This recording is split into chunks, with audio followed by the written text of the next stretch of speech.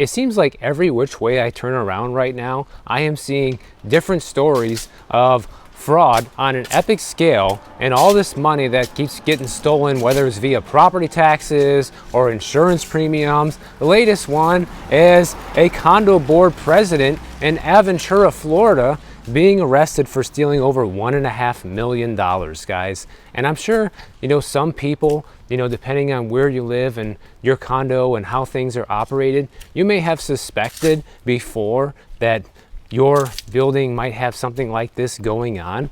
But once you see like the warning signs and the things that are happening to the people in this building, I feel like they should have found out a lot sooner. It was kind of obvious for a long time the way this guy was kind of bullying everybody. And I'm surprised it took them this long to nail this guy. But the good thing is right now he is behind bars and he's been arrested, unlike all of the people who are in charge of these insurance companies in Florida that are gypping homeowners out of 90% or more of the money that they're owed for replacing their home. So the guy's name is Gregory Arzumanov. Don't know if I'm saying that right. He was the president of Turnberry on the Green Condo in Aventura, and he was just arrested on October 1st for a massive fraud, okay? He was arrested on a number of felony charges, including racketeering, grand theft, and money laundering. Sounds more like a mobster than a condo board with these charges, right? This guy must have watched one too many episodes of The Sopranos. Funny enough, because people accuse him of acting like the king of the condo. So this condo is very close to Aventura Mall in Aventura. You probably are familiar with the area if you know the mall. And basically he was found out because residents started getting more and more suspicious of his behaviors and how the building was operating. Because what this guy did, when you hear this, is kind of unbelievable. He essentially took over the entire building. He took over all the major roles when it came to the building's operations. This is him right here, real handsome guy, right? Well, he first became the president of the Turnberry condo in 2008, and he held the position until January of 2022, where he briefly stepped away for a few months, and then by the end of 2022 he was back to being the president again. During his time away that he stepped away from being the condo president, he was actually looking for a fraudulent way to be named the building's chief engineer. And also in 2019 he was able to become the building's property manager. So think about it. This guy, in the span of the last 15 years or so, was able to become the condo president and stay the condo president all this time. He was able to become the building's property manager in 2019, as well as become the building's chief engineer, even though he's not actually an engineer. This guy's not even a licensed engineer, and he was getting a salary of $80,000 a year for serving as the building's chief engineer. And basically what he did is, by simultaneously holding the key positions of the association president, property manager, and chief engineer, he effectively took over all the top level management positions within the association, guys, single-handedly. How could something like this happen and no one notice? I have no idea. I watch what's going on in my condo and who's in charge, and every year the board members get flipped over for the most part. Really nobody remains on the board. We never keep the same president and all that stuff. Even since I lived in the building, we've changed property managers several times as well. So it's like no one has ever been able to really gain this sort of foothold where I live in my condo. And it's just kind of amazing that someone was able to do this, and it took that long for people to kind of wake up and realize, hey, this guy's controlling everything. But this puts him in a very dangerous position, because what it allowed him to do is it allowed him to select the contractors of his choice, make purchases, and seek reimbursement for non-association expenses with no oversight, no checks and balances, guys. Another thing he would do is he would fine people. You would have excessive fines, he would fire people, and there was lawsuits, and all of this was designed to essentially keep everyone in line and limit who can challenge his position. This guy was essentially the dictator of Turnberry Towers in Aventura. And it's hard not to laugh because, like I said, it's just so ridiculous that something like this could even happen, and it can go on for so long without people waking up. But this is what happens when you have a bunch of people that just mindlessly pay their HOA fees and take no active interest in their condo. Here's like an example of what this guy would do. And I think this even happens in other condos as well, even for people who don't get arrested, is I see a lot of people on the board try to get their companies hired to do work at the building, whether it's contract work, construction work, accounting work, whatever it is, right? A lot of these guys try to get the business of the condo association because they have financial benefit, and it's pretty much like an easy win, like an easy client for them. Well, that's exactly what this guy did. You know, they had a security company, Bryant Security. The building was paying about $23,000 a month. He fired them and hired his own security firm called Yucca Security at about $26,000 a month. So not only was he able to get the payment to be $4,000 a month higher for the same service, but he was directly benefiting from this because it was one of his businesses. And then of course, Yucca Security Services, because it was owned by this guy, kept getting raises every year and making more and more money off the condo association. So this Yucca Security Company alone was averaging about $200,000 per year in profits, which solely benefited this fraudster. Here we have a small 2-bedroom, 1-bath house for rent for $47.50 a month, only 700 square feet, guys. Imagine that. It's pretty new. They just listed it in the middle of September. The owner has a property tax bill of only $6,200 a year. And this is something I try to tell everybody constantly of why the rent is able to stay so cheap in California. And I'm not saying that this is cheap, but if you were to buy this house, it would be well over $1 million. And your monthly mortgage payment would probably be anywhere between $8,000 and $10,000 a month when you figure taxes and insurance and all that for this tiny little 700 square foot house, guys. It is insane, okay? But one day someone's going to sell this house, the current landlord, and if they decide to rent this house out, you think they're going to rent it for $47.50 a month? Of course not. They're going to want to try to cover their monthly nut and then some. So eventually all these cheap houses and all these cheap rentals in California are going to turn over, and the next person is going to have a much higher cost basis, making it much more expensive to rent in the future. Not to mention you got to live next to this dilapidated construction site next door, and happy Halloween. And it turns out that he's been under investigation for the past 4 years because basically one of these new condo laws is aimed at charging condo board members for criminal offenses, you know, removing them from office for things like soliciting kickbacks and not disclosing conflicts of interest and refusing to share information with unit owners. This guy did all of that stuff. And the only reason I wanted to bring this story up today is because everybody who owns a property in any sort of HOA, whether it's a condo or a homeowners association, anything like that, even a mobile home park, guys, if there is a common association that you need to make payments to every month and you have a board of directors in charge, you need to be looking at what they're doing to make sure you're not getting completely scammed. And if you do end up getting scammed and you never look at it, it's kind of on you, because this is how stuff like this can happen if you ask me. Although it seems like the people in this building were onto this guy for a while, and it just took a long time for the investigation to come through and get this guy arrested. I mean, 4 years, that's insane. You know, it's just crazy to me because I can like walk down the street here and poke a hole in someone's tire and they can call the police and the cops will probably come and arrest me right now, right? But you can get away with stealing $1.5 million from a condo over the span of 15 years and be under investigation for 4 years before being arrested. Now, I understand that part of the reason is because they need to build a case against him. They need to collect evidence and be able to win the trial in court and prove that this guy is in fact guilty rather than arrest him with no evidence and let him walk. But 4 years, guys, I mean, it's pathetic. And for anybody wondering, I'm walking around Mill Valley today and you can just see, you know, Halloween in the air. You see different decorations in people's yards. The leaves are changing colors here. And some of these streets have some really old, spooky looking houses on them.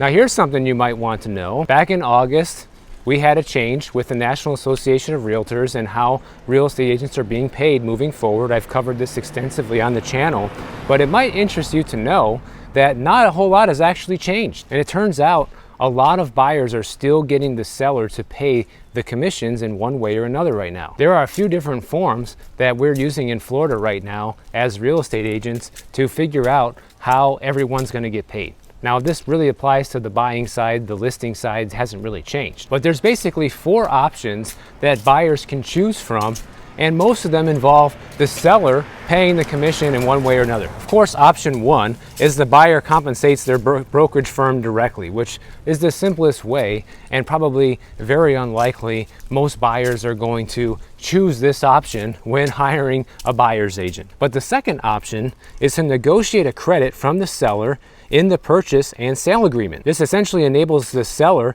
to provide a credit based on dollar amount or percentage plus a dollar amount that will enable the buyer to cover some or all of the amount described in their buyer-broker agreement.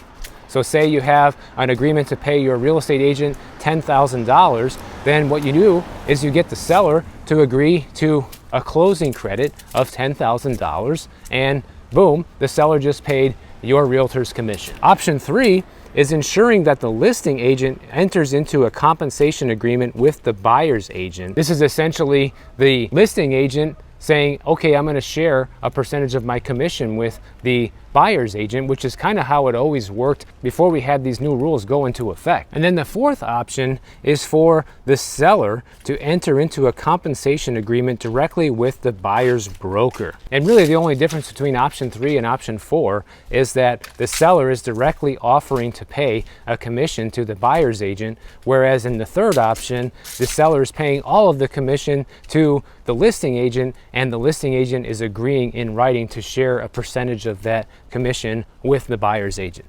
So what do you notice, guys? Out of all 4 of these new options, right, that are available, that have always been available, by the way, this is actually nothing new. All of these options have always existed. But what you notice is 3 out of those 4 options involves the seller paying the full buyer's agent commission, or at least a partial amount. Most of it does not involve the buyer paying their realtor directly. And this is because buyers simply just cannot afford to do that. You already see a record low amount of buyers and closings in the housing market in 2024. And that's because people cannot afford it and are purposely boycotting this market, even if they can afford it, because they know that these prices are absolutely insane. And they are coming down in many areas across the country right now. So waiting can really pay off in most cases. But you're seeing all of these options for these payment methods come back to the seller, and they're going to pay in one way or another.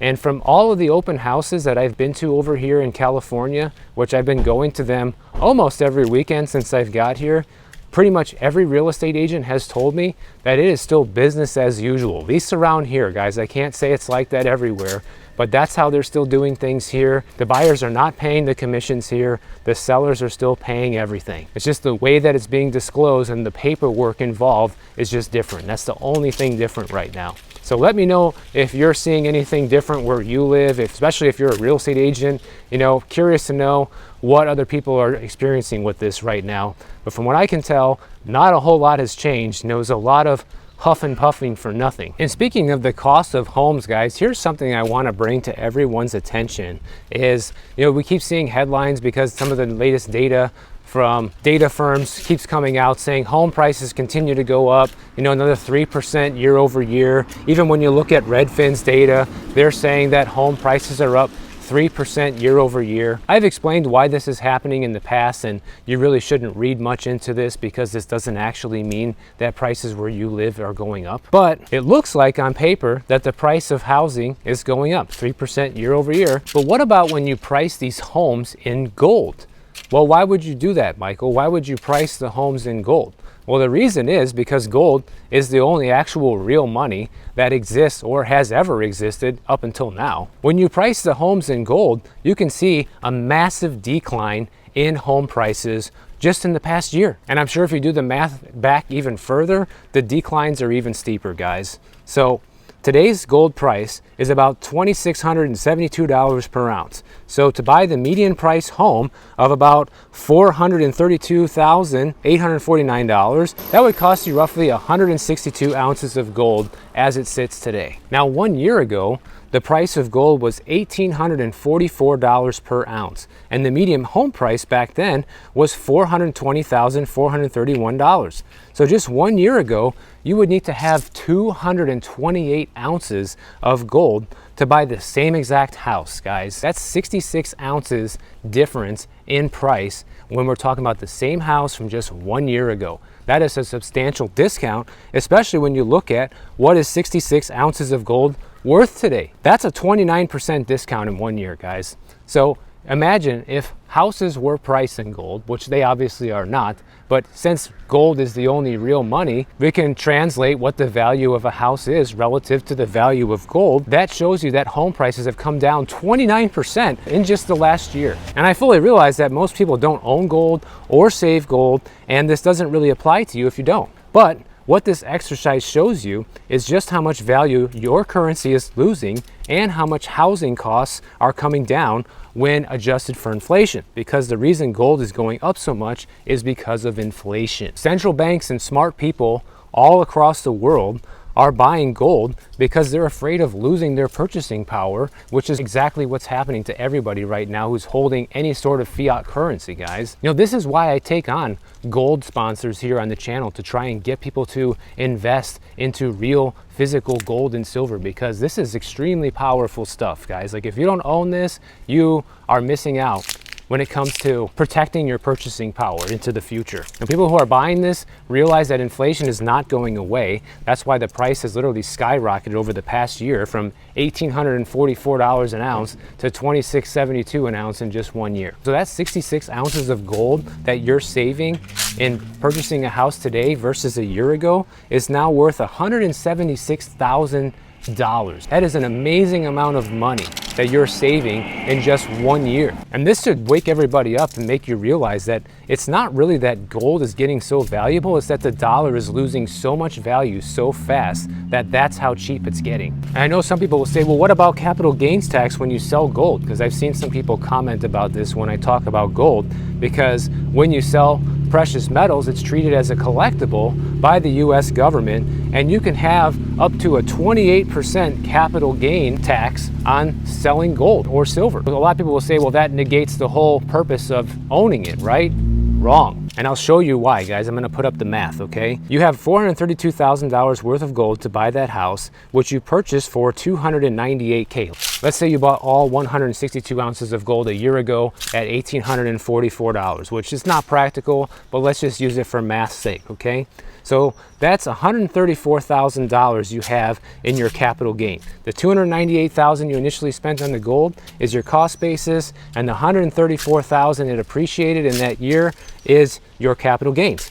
So when you take the $134,000 times 28%, which is the maximum capital gains you will pay, is $37,520. So don't get me wrong, that's still a lot of money, but when you subtract that from your actual gain, you're still coming out ahead $96,480 in just 1 year, guys. That's the money that you get to keep in your pocket. And that amounts to 26 ounces of gold at today's prices. So even with paying these high capital gains, you are still way ahead of somebody who doesn't own gold or silver. So next time somebody tries to convince you that owning this metal is a waste of money and the stock market beats it and Bitcoin beats it and all of this, just remember this example I showed you in this video. And there's nothing wrong with investing in Bitcoin or the stock market if that's what you prefer, but let's just face it, that none of that stuff is real money.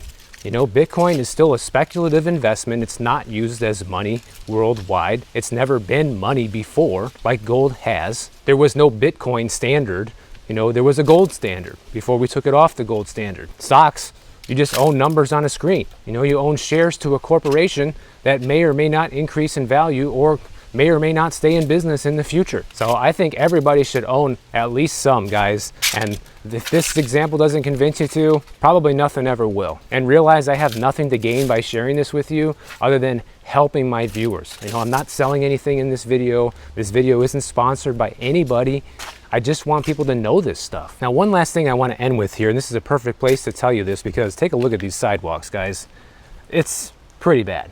These sidewalks are really beat up over here on this street. Over in San Diego, what they're doing is they are making homeowners now pay for these sidewalk repairs. And they can be very expensive, you know, up to like $5,000 in most cases. And, you know, a lot of people who are always saying like, oh, you know, property taxes are great because it helps pay for the schools, it helps pay for the roads, it helps pay for the sidewalks. Well, last time I checked, I'm pretty sure people in San Diego are paying property taxes still. So why is the city all of a sudden forcing homeowners to pay for this stuff, okay? One of my viewers, Alex, sent this story over to me, and I'm not gonna go over the whole thing, but I'll give you the gist of it. They have this program over there called the Safe Sidewalks Program. And they even used to charge a permit fee, which used to be over $2,000, which now they're waiving in order to try to get more homeowners to jump on board and start fixing the sidewalks on behalf of the city. They're telling people, well, you can be liable if somebody gets hurt on the sidewalk near your property because they get injured, something like that. They're basically telling all of the property owners in San Diego that they need to step up and help solve this sidewalk crisis because it costs millions of dollars a year in injury lawsuits, and it makes walking in San Diego a dangerous proposition. Like, once again, what are you guys doing with all of the property tax money that you're fraudulently collecting? What's happening with that? Here we have a house for $2.7 million, much bigger than the previous rental house at 2,500 square feet and 4 bedrooms, 3 bathrooms. And they just listed this one for sale also, but you can see this person paid $180,000 for this house back in 1987. The other owner of that rental house paid $134,000 for that tiny house back in 1981, and their property tax bills today are roughly the same amount. So this is what you call appreciation in real estate. But look, you had to hold on to it for 37 years, guys. Like, they bought this house practically when I was born and have lived in it ever since. So if you really want to make, you know, long-term gains in real estate, you have to hang on to these properties for a very long time. And who knows the amount of money and maintenance they put into this house over the years.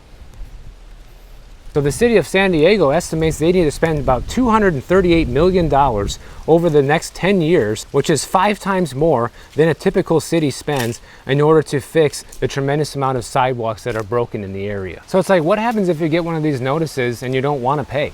Are they going to force you to pay? Are they going to make somebody trip in front of your house on purpose and sue you just to prove a point? Like, what is this world coming to, guys? You know, it's already so expensive to be a homeowner for a variety of different reasons that I've talked about here on the channel, but now you have to worry about your city threatening you and sending you letters saying that it's your responsibility to repair the sidewalk that your tax dollars are supposed to be repairing. You can even see right here where I'm walking right now, I'll show you guys, this part of the sidewalk is brand new, and then right here where I'm walking next is completely messed up.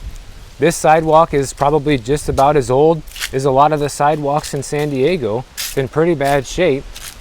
Are the people in Mill Valley next? Are they going to start getting notices saying that, hey, it's your responsibility to start forking out some dough to pay for this stuff? No. What happened to all the money I've been giving you guys for years, or decades in some cases, via property taxes? That's what I would tell them if I got a bill like this. And some of these things are pretty messed up, guys. You can see the trees really screw up the sidewalk here. I've stubbed my toe numerous times walking through places like this, like kicking the sidewalk. It can be hazardous, I'm not denying that, but why should the owners have to pay? They already pay so much, and everyone's property taxes continue to go up for the most part. What are they doing with all of this money? I'll tell you what they're doing. Most of it's being wasted or stolen on useless programs that don't work, and none of it is going towards fixing practical applications like the city's sidewalks. And after decades of wasting all that money, they want people to step up and pay more. I don't think so. So if you guys enjoyed this video, make sure you subscribe to the channel. And if you don't want to wait for my next video to come out, check out this one on the screen right over here, and I'll see you in the next one.